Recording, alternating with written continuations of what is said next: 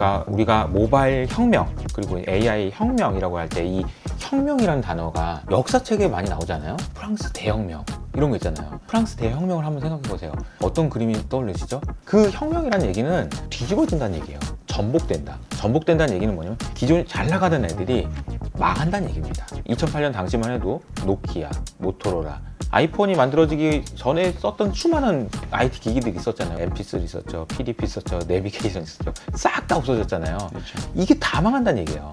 이 AI라는 것을 보고 우리가 와, 우리 기회다라고 생각할 수도 있지만 기업을 하는 사람들 입장에서는 이거는 너무너무 큰 위협입니다. 만약에 이 시대에 제대로 살아남지 못한다 그러면 나 망할 수도 있다라는 그런 굉장히 큰 위기감을 가지고 지금 대하고 있는 거라는 거를 딱 보여주는 게 애플이잖아요.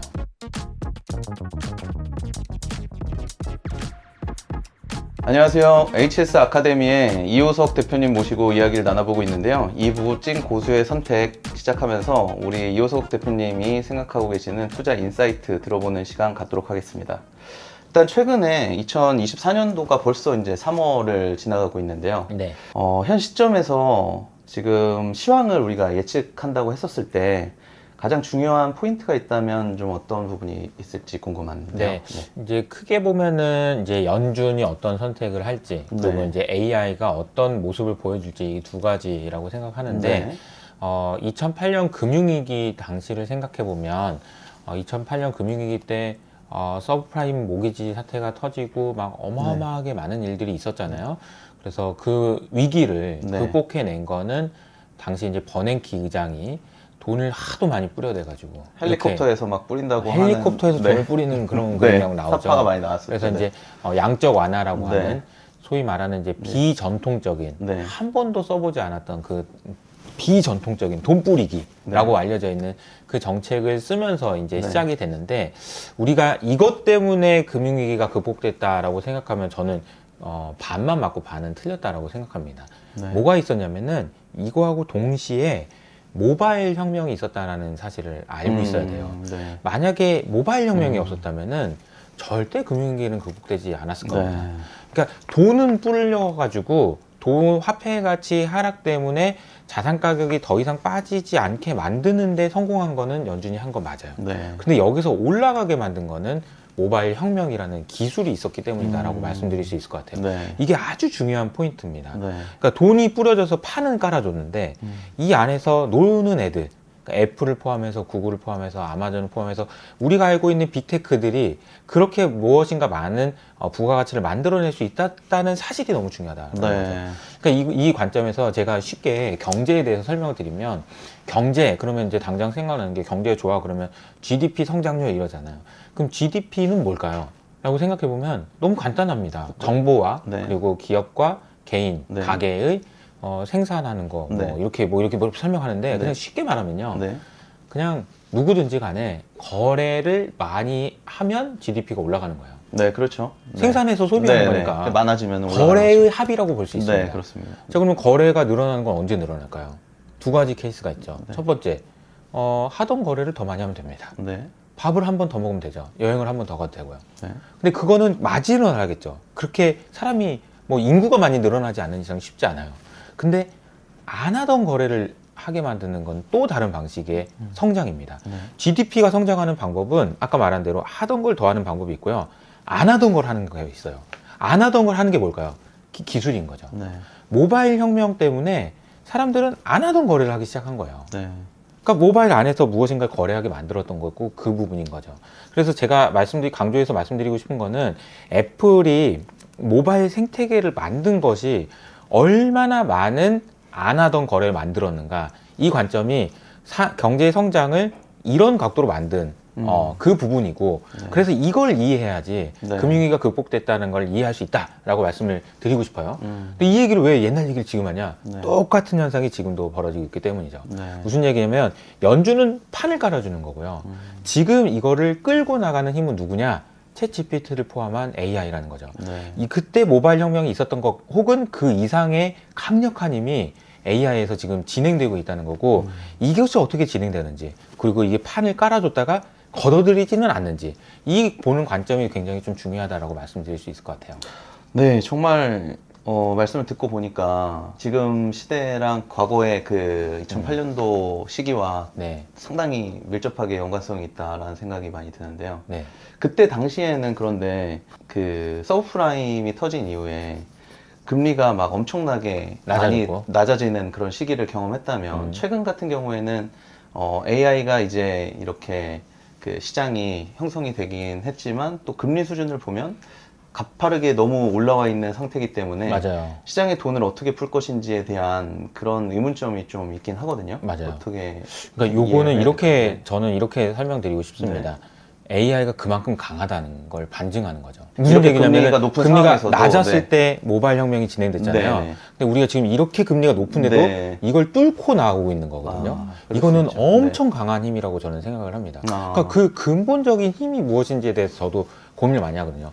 AI 혁명을 만들기 위해서 얘네들은 왜 이렇게 막 투자를 하는 걸까? 네. 그러니까 경제학자들이 보는 투자 이론을 보면 금리를 낮추면 사람들이 투자를 한다라고 하지만 기업하는 사람은 그렇게 안 해요. 금리가 낮다고 투자하고 금리가 높다고 투자 안 하고 물론 영향을 주지 네. 그냥 결과적으로 방아쇠를 당기는 그 결정은 그게 아니고 될 것 같으니까 투자하는 거잖아요. 네. 근데 이렇게 생각해 보면은 금리가 이렇게 높은데도 불구하고 투자가 많이 되고 지금 있다는 투자가 거죠. 엄청나게 많이 되고 있잖아요. 네. 그럼 여러 가지 관점에서 생각해 보면은 AI가 두 가지가 있는 것 같은데요. AI 하면 돈 벌 수 있다. 두 번째는 AI 안 하면 망한다. 네. 이 두 가지인 것 같아요. 그러니까 AI를 해가지고 돈 벌 수 있다라는 것도 중요하지만 저는 이 흐름을 이끄는 아주 강력한 힘은 이거 안 하면 나 망한다 라는 두려움인 것 같아요. 어제 이제 어도브가 밤에 14%가 빠졌습니다. 네. 왜 그랬냐면은 새로운 플랫폼이 나오는 것에 대한 두려움이 있었던 거예요. 그러니까 소라라고 해가지고 챗GPT로 그냥 말만 하면은 그냥 영상이 만들어주는 네. 그 영상이 나오고 나서 엄청나게 충격을 받았잖아요. 어도브가 그걸로 실제로 영향을 받을지 안 받을지는 알 수 없지만 네. 이 회사 또 새로운 무엇인가 나올 거 아닙니까? 네. 그럼 어도브가 그동안 가져왔던 그 고객이 혹시나 어떻게 될 수 있는 건 아닐까? 라는 생각을 지금 하고 있다는 거거든요. 그러니까 우리가 모바일 혁명 그리고 AI 혁명이라고 할 때 이 혁명이라는 단어가 역사책에 많이 나오잖아요. 프랑스 대혁명 이런 거 있잖아요. 근데 프랑스 대혁명을 한번 생각해 보세요. 어떤 그림이 떠올리시죠? 막 국왕이 죽고 네. 깃발을 들고 노예들이 이렇게 해방되고 이런 거잖아요. 그 혁명이라는 얘기는 뒤집어진다는 얘기예요. 전복된다. 전복된다는 얘기는 뭐냐면 기존에 잘 나가던 애들이 망한다는 얘기입니다. 왕이 교수형에 처해지고 진짜 잘 나가던 2008년 당시만 해도 노키아, 모토로라 그리고 그 수많았던 아이폰이 만들어지기 전에 썼던 수많은 IT 기기들이 있었잖아요. 우리 뭐 썼죠? MP3 썼죠, PDP 썼죠, 내비게이션 썼죠. 싹 다 없어졌잖아요. 그렇죠. 이게 다 망한다는 얘기예요. 이 AI라는 것을 보고 우리가 와, 우리 기회다라고 생각할 수도 있지만 기업을 하는 사람들 입장에서는 이거는 너무너무 큰 위협입니다. 만약에 이 시대에 제대로 살아남지 못한다 그러면 나 망할 수도 있다라는 그런 굉장히 큰 위기감을 가지고 지금 대하고 있는 거라는 거를 딱 보여주는 게 애플이잖아요. 네. 애플이 전기차 포기하면서 바로 다음 버전의 엔비디아가 내놓는 그 칩 H200 말고 그 B100 그거 놔줘 그러면서 7조 원을 할당했다는 얘기가 나오잖아요. 네. 이거 그냥 너무 명백하게 망할 것 같으니까 이런 거는 망할 것 같으니까 애플이 왜 망해? 라고 생각할 수도 있지만 애플이 그동안 제가 아까 말씀드린 MP3 이런 거 만드는 다 망하게 만드는 회사예요. 네. 그 생태계에서 핵심 OS라고 하는 그 핵심 오퍼레이션 시스템을 갖지 못하면 아무것도 아니라는 걸 제일 잘하는 애들이란 말이에요. 그렇죠. 그러니까 AI에서의 핵심 엔진을 가지고 있지 못하면 우리도 어떻게 될지 모른다. 우리도 나중에 팍스콘처럼 기기나 만들고 디자인이나 이렇게 될 수 있을 거란 위기감이 없을까요? 엄청 많을 것 같은데요. 정말 제가 위기감에 대해서 두려움에 대해서 말씀드린 이유는 아까 얘기했던 대로 연주는 판을 깔았는데 이걸 끌고 가고 투자를 계속하는 애들은 왜 하냐? 무서워서, 두려워서. 근데 걔네들이 누구냐? 빅테크들. 근데 그 빅테크들은 돈이 얼마나 많냐? 무지무지하게 많다. 그래서 얘네들이 망하거나 아니면 선두 주자가 정해지기 전까지는 엄청난 투자들이 계속 진행될 수 있다. 그래서 이 AI가 가는 길이 굉장히 강력할 수 있다는 생각은 기본적으로 깔고 가셔야 될 것 같다는 생각이 들어요. 네. 그래서 뭐 이번에 연준에서 금리 인하를 뭐 연간 2차례 정도 할 거라는 예측들이 좀 많이 나오고 있는데 네. 말씀하신 바에 따르면은 뭐 그런 금리 인하가 그 AI 시장에 투자되는 그런 규모들을 더 확대를 하면서 AI 시장에 어떤 뭐 레벨업을 일으키는 그런 요인들로 작용할 수 있다. 이렇게 그쵸. 보면 되겠. 이걸 또 이제 닷컴 버블이랑 살짝만 비유해 보면 네. 닷컴 버블 당시에 나스닥이 딱 출발하게 만든 계기가 됐던 게 있습니다. 그게 뭐냐면요, 그 LTCM이라는 사건인데요. LTCM이 당시에 이제 머튼, 뭐 블랙 이런 사람들이 노벨 경제학상 받은 사람들, 네. 이 사람들이 금융시장 딱 선발 와가지고, 투자해가지고, 네. 니네들 뭐 그런 식으로 투자를 하고 있니? 내가 해볼게 그러면서. 네. 야, 레버리지 쓰려면 40배는 써야지 뭐 이러면서 채권을 막 40배 레버리지 해가지고 막 수익이 엄청 좋으니까 월가 있는 많은 투자자들이 여기다 돈을 넣었죠. 골드만삭스나 이런 데들.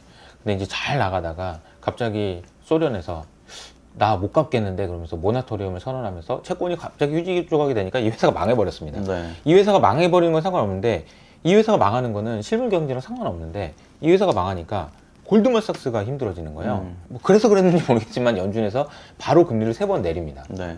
그리고 나서 바로 시작된 게 나스닥의 상승 랠리였고 그때 이후로 금리가 올라도 계속 올라갔거든요. 네. 저는 이 그림을 생각을 하고 있는 건데요. 지금 LTCM에서 터져가지고 그때 당시 금리를 내린 것과 똑같은 것이 저는 작년에 SVB 은행 사건이었다고 생각해요. 네. SVB 은행이 망하려고 하니까 연준에서 말도 안 되는 대출을 시작합니다. 그게 이제 지난주에 끝났는데 그 대출이 어떤 대출이냐면은 미국에 있는 많은 은행들이 가지고 있는 미국 국채가 손실이 났어요. 근데 손실 난 거 팔지 말고 나한테 가져오면은 대출해 주겠다고 가져오라고 하는 거야. 근데 그 대출 조건이 너무너무 파격적입니다.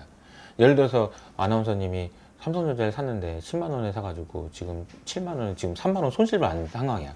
근데 삼성전자가 주가가 빠지면 안 된다는 생각 때문에 한국은행에서 삼성전자 주식 팔지 말고 나한테 갖고 오세요. 담보로 맡기면 내가 돈 빌려줄게요. 라고 하는 거예요. 얼마 빌려줄까요? 얼마 정도 빌려줄 수 있을까요? 한국은행에서 빌려주면. 그래도 10만 원짜리, 10만 원에 샀어요. 그래서 네. 7만 원 돼서 3만 원 손실 났어. 네. 얼마 7만 원 정도는 7만 원 정도 네. 빌려주면 많이 빌려주는 네. 거죠. 근데 10만 원 빌려주는 거죠. 네. 말이 됩니까? 안 됩니까? 말이 안 되는 거죠. 이 똑같은 거를 미국 국채를 들고 있는데 10만 원에 샀는데 8만 원이 됐어. 미국의 지역 은행들이. 네. 근데 이 채권 팔지 말라고 이 채권 가져오면은 10만 원을 대출해 줬어요. 네. 그러니까 이게 제가 생각할 땐 말도 안 되는 거예요. 이게 똑같이 LTCM 망했을 때 얘네들이 금리 내는 거랑 똑같은 현상이다. 그냥 우리는 금리 올렸는데 뭔 소리예요? 그게 아니고 그냥 돈을 풀었어요. 말도 안 되는 대출 조건으로 돈을 풀었다는 거죠. 화폐량이 늘어났다는 겁니다. 그래서 그때부터 주식시장이 올라가기 시작했다는 거고 그 이후로 나스닥 상승장에서도 연준이 금리 올려도 계속 올랐어요. 3배, 4배 올랐습니다. 3.7배 올랐고요. 이번에도 저는 그런 흐름이 나타날 거라고 생각을 하고 있습니다. 그래서 뭐 SVB 작년 사태 때 돈을 풀었다 이런 것도 중요하지만 지금 보실 때 중요한 개념은 연준에서 금리를 뭐 언제 내리냐 엄청 관심 많잖아요. 언제 내리냐 만큼 중요한 게 또 있거든요. 연준이 양적 완화를 한다는 얘기는 돈을 푸는 거잖아요. 연준이 그냥 돈을 찍어가지고 미국 국채를 사는 거거든요. 그럼 미국 국채를 산다는 얘기는 다른 표현으로는 미국 정부한테 돈을 빌려준다는 얘기고, 그럼 미국 정부한테 돈을 빌려줬으니까 나한테는 종이 쪽지가 하나 있어요. 국채라는. 그 종이 쪽지가 막 쌓이면 연준의 자산이 늘어나는 거거든요. 이게 QE고요. QT는 뭐냐면 이게 줄어드는 거예요. 그러니까 미국 정부한테 돈 갚으라고 하는 거죠. 돈을 회수하는 겁니다. 돈을 뿌리는 게 아니고 돈을 회수하는 거예요. 제가 이 말씀을 장황하게 드리는 이유가 뭐냐면 지금 연준은 지금 양적 긴축을 굉장히 빠른 속도로 하고 있어요. 근데 이 속도가 아마 3월 기점으로 해서 좀 둔화될 가능성이 있습니다. 제가 이제 보고 있는 포인트는 이거예요. 그러니까 지금 중요한 거는 돈을 막 뿌리느냐가 중요한 게 아니라 네. 돈을 걷어들이고 있는 거잖아요. 그렇죠. 근데 걷어들이는 속도가 줄어드는 게 중요하다는 거죠. 금리 인하만 중요한 게 아니고 연준이 하고 있는 양적 긴축의 속도가 줄어들 수 있느냐가 중요한 거고 이것이 확인되는지가 3월 달에 중요한 관전 포인트다라고 말씀드릴 수 있을 것 같아요. 미국 시장에 직접 투자하고 하는 인구가 늘고 있는데 그에 비해 한국 주식 시장은 좀 저조한 것 같다고 생각이 들어요. 사람들도 막 국장은 노답이다 이런 말이 많이 나오는데 네. 왜 그럴까요? 그런 이유가 알고 싶은데요. 이 부분은 저는 이제 이제 총론으로 말씀드리면 저는 네. 미국 시장이 한국 시장보다 훨씬 좋다라고 생각하고 있고요. 그런데 그거는 어떤 다른 요인이 아니고 이번에 AI 사이클에서 주도권을 가져갈 수 있는 회사는 이제 우리나라의 이제 하이닉스를 제외하면 거의 대부분 미국 미국에. 회사고 실제로 여기서 결과적으로 나중에 이제 3년 후가 될지 5년 후가 될지 모르겠지만 돈을 벌 수 있는 회사들은 다 미국에 있을 가능성이 높기 때문에 네. 미국에 대한 선호도가 훨씬 높다라는 걸 말씀드리고 한국에 대해서 이야기를 하자면은 이런 겁니다. 그러니까 기업의 경쟁력이라든지 아니면 국가의 미래 잠재 성장률이라든지 여러 가지 관점이 이제 주가에 녹아질 텐데 그런 관점에서 보면 미국보다 확실히 열이 있는 건 맞아요. 그런데 한 가지 의미 있게 올라갈 수 있는 거는 밸류업 프로그램이라고 해가지고 이 주식을 가지고 있을 때 소유권이 완전히 네 것이 되게끔 만들어주는 그런 프로그램이라고 저는 밸류업을 이해하고 있거든요. 네. 그러니까 그 과정이 진행되는 것이 유일하게 코스피를 올리는데 도움을 줄 수 있다라고 생각을 하고 있습니다. 아주 안 좋은 데가 있죠. 중국. 중국 같은 경우에는 주식을 들고 있으면 이게 내 게 아니라는 게 거의 확실하죠. 가장 대표적으로 마윈 같은 사람이 그 회사를 만들어냈는데 갑자기 쫓겨났잖아요. 네. 그러면은 그걸 보고 있는 많은 사람들은 이렇게 생각하겠죠. 저거 내가 아무리 회사 열심히 만들어서 주가 뭐 올려봐야 뺏어가면 그만이네. 저거 내 거 아니네라고 생각할 겁니다. 네. 그럼 그런 걸 보고 있는 사람들이 누가 이걸 사겠어요? 그러니까 이게 자산의 가격이라는 게 올라갈 때는요. 이제 근본적으로 제일 중요한 건 뭐냐면 소유권이에요. 소유권. 그러니까 이제 땅이 우리나라에서 부동산이 올라갈 수 있었던 이유를 잘 생각해 보면 집은 사면 이건 내 거야 그냥. 그렇잖아요. 네. 근데 삼성전자 주식을 한 주 사면 그만큼이 내 거야? 내가 그만큼인가? 라는 것에 대해서 퀘스천 마크가 있기 때문에 그만큼 가격이 안 오른다고 생각할 수 있거든요. 중국은 말도 못하게 거의 없는 거고요. 미국은 이 부분에 대해서 아주 확실한 거고요. 우리나라는 그 중간인데 이쪽으로 가고 있는 과정이라고 생각하면 이게 올라갈 수 있는데 과정에서 생길 수 있는 기회는 있다라고 저는 생각을 하고요. 근데 전체적으로 봤을 때는 미국 시장을 좀 더 네. 좋게 본다. 근데 제가 이제 오늘 말씀을 쭉 들으면서 의문점이 좀 생기는 게 과거에 이제 2008년도 뭐 그 모바일 혁명과 그리고 또 금리가 낮춰지는 그런 시기에 맞물렸을 때 우리나라도 성장을 했거든요. 그 미국도 마찬가지로 성장했지만 맞아요. 당시에는 이제 삼성전자에서 아이폰을 대항할 만한 그런 휴대폰을 만들겠다고 하면서 부품업체들도 많이 좋았었고 관련돼서 시장이 상당히 붐업이 됐었다고 저는 느끼고 있었는데 지금 AI 같은 경우에는 말씀하신 것처럼 우리나라가 좀 주도권을 가지고 갈 만한 기업체들이 없다 보니까 좀 그 미국의 성장세를 따라잡기가 어려울 거라는 시각을 가지고 계신 거잖아요. 네네. 그러면은 한국 기업들은 이런 AI 시대에서 좀 두각을 나타낼 만한 그런 기업들이 좀 없다고 봐야 되나요? 뭐 SK 하이닉스 말고는.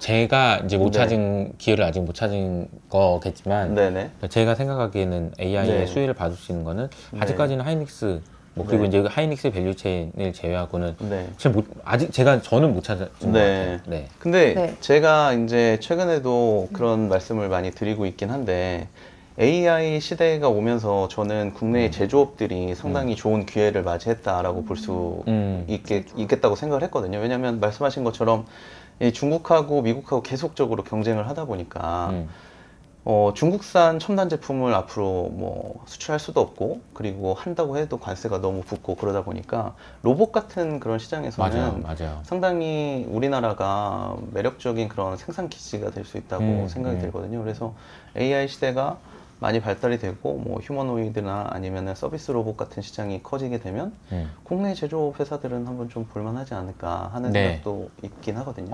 되게 좋은 아이디어이신 것 같고요. 네. 그래서 뭐 미국 이게 AI라고 했을 때 이제 네. 결과적으로 우리가 모바일 혁명 시대에 누가 그 많은 부가가치를 다 가져갔냐라고 생각해 보면 OS 들고 있는 애들이었잖아요. 네, 그러니까 그렇죠. 결국은 안드로이드를 네. 구글 그리고 그렇죠. iOS의 네. 애플 이런 회사들이 결국 이제 네. 중간에 사실 어떻게 보면 이거 되게 그 영화에 보면 나오는 그 자릿세 받는 깡패들 네, 느낌이잖아요. 그렇죠. 근데 뭐 장터 PC부터 만들어놓고. 시작해 보면은 뭐 맞아요. 윈도우나 맥을 뭐 주도권을 가지고 있는데 우리나라는 그래도 뭐 그 안에 들어가는 칩이라든지 그쵸. 뭐 껍데기 잘 만들잖아요. 음. 뭐 모바일도 마찬가지였었고. 맞아요.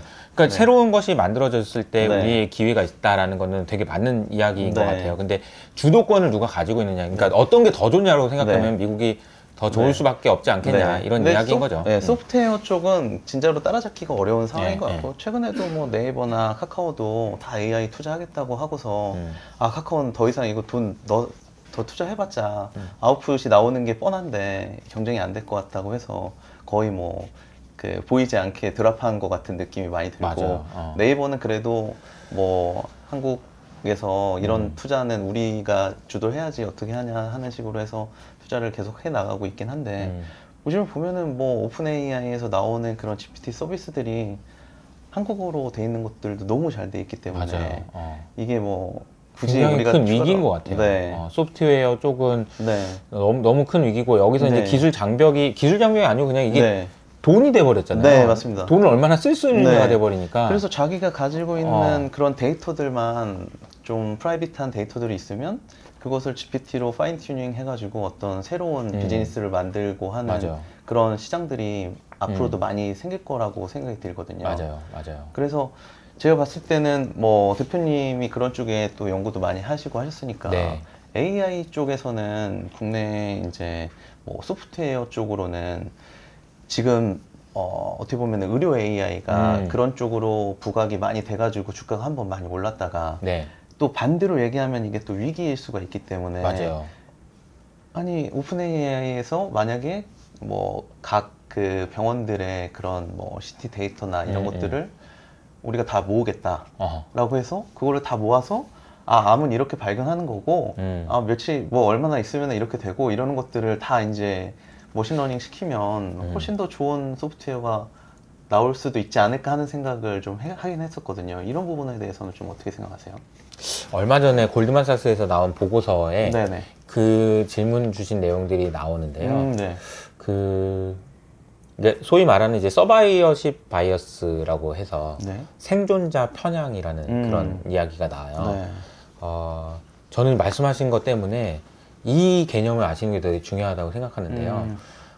우리가 아까 말씀드린 대로 투자자 입장에서는 네. AI라는 것이 너무나도 좋은 기회예요. 투자자 입장에서는. 네. 그런데 노동자 입장에서는 네. 엄청난 또 위기죠. 그렇죠. 그리고 사업을 하는 사람 입장에서는 또 엄청난 위기이자 진짜 기회일 기회죠. 수도 네. 있는 거죠. 네. 근데 투자자 입장에서 기회라는 얘기는 네. 이게 왜 이게 되게 중요하냐면은 누가 이길지 몰라요. 그러니까 이제 우리 투자는 아무나 이겨라가 돼야 되는 것 같아요. 네. 그러니까 이게 되게 더 자세히 들어가면은 누가 이길지를 예측하고 그걸 정말 예측을 잘하는 사람은 그 회사의 개별 기업에 투자해가지고 이걸로 돈을 벌 수 있겠다라고 하는 그런 소위 말하는 알파 헌터죠. 이렇게 하는 방법도 있겠지만 만약에 그럴 자신이 없는 사람이라면 어떻게 하면 되냐면 그냥 인덱스를 사면 되는 거거든요. 네. 그러니까 골드만삭스 그 얘기를 하는데 지난 1980년대 이후로 계속 10년마다 35%씩 교체됐다는 거예요.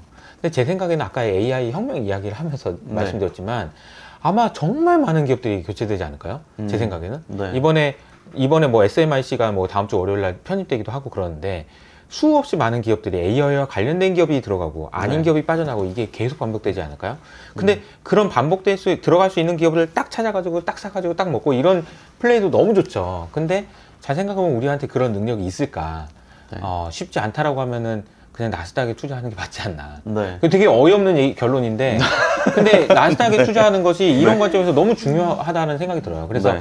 그러니까 이렇게 생각해 보시면 어떨까 싶습니다. 그러니까, 어떤 종목에 투자해야 돼? 이거 개발해가지고 뭔가 투자할 수 있죠. 근데 거기서 버는 돈은 그냥 나스닥에다 넣어둬라. 그냥 나스닥에다가 마음 놓고 투자하는 것이 이 AI 시대에 누가 이기든 상관없이 그냥 벌 수 있는 방법 아닐까, 이런 생각이 들어요. 네. 국내 주식시장이 이제 오른다고 생각하는 게 사람들은 이제 지수가 오르는 거를 많이 생각을 하지만 제가 생각했을 때는 한국의 주식시장은 오를 수가 없다고 생각하거든요. 주가 지수는. 지수는. 네. 어떤 섹터들은 오를 수가 있겠지만 이 주가 지수 자체가 뭐 거시적으로 봤을 때는 우리나라가 인구도 계속 줄고 있고 그리고 상대적으로 더 매력적인 시장들도 많아지고 있는 상황이기 때문에 뭐 처음에 서두에 말씀하신 것처럼 누군가 주식을 더 사줘야지 주가가 오르게 그렇죠. 되는데 그런 자본들이 이제 많이 해외로 이탈이 되고 있는 상황이고 그렇기 때문에 주가를 더 올려줄 만한 그런 뭐 자금들이 없는 것 같아요. 제가 생각했을 때는. 그리고 거기에다가 뭐 이제 최근에 이제 IPO 시장을 저는 좀 국내 IPO 시장을 별로 그렇게 좋게 보고 있지는 않거든요. 네, 네. 왜냐하면 우리나라의 주가 지수 산정 체계가 어떻게 보면은 전체 상장되어 있는 회사의 시가총액을 다 더한 만큼 지수가 올라가 줘야 되는데 이제 그런 부분들이 이제 잘 그 반영이 안 되고 있다라고 생각이 드는데 그게 이제 이 IPO 정책 때문에 그런 거라는 생각이 많이 들거든요. 왜냐하면 뭐 5조짜리 회사가 하나가 상장이 되면 지금 그 공모가 대비해서 처음에 시초가가 200%나 올라서 시작을 하게 되잖아요. 5조짜리 회사가 상장이 되면은 이제 15조가 돼서 시작이 되게 되는데 그러면 그 시초가가 이제 주가 지수에 반영이 되거든요. 근데 뭐 어제 코스피가 2,500이었는데 5조짜리 회사가 원래 상장이 되려고 했다가 15조짜리가 이제 회사에 들어오는 거죠, 지수에. 그런데 주가 지수는 그대로 유지가 돼야 되니까 2,500으로 시작이 된다는 거죠. 그러니까 시가총액은 시가총액이 많이 커지네. 커졌는데 주가 지수는 그대로잖아요. 네. 200% 올라서 시작했으니 그 주가가 그대로겠냐고요. 또 빠지죠. 빠지면 또 그때는 지수에 반영이 또 된단 말이죠.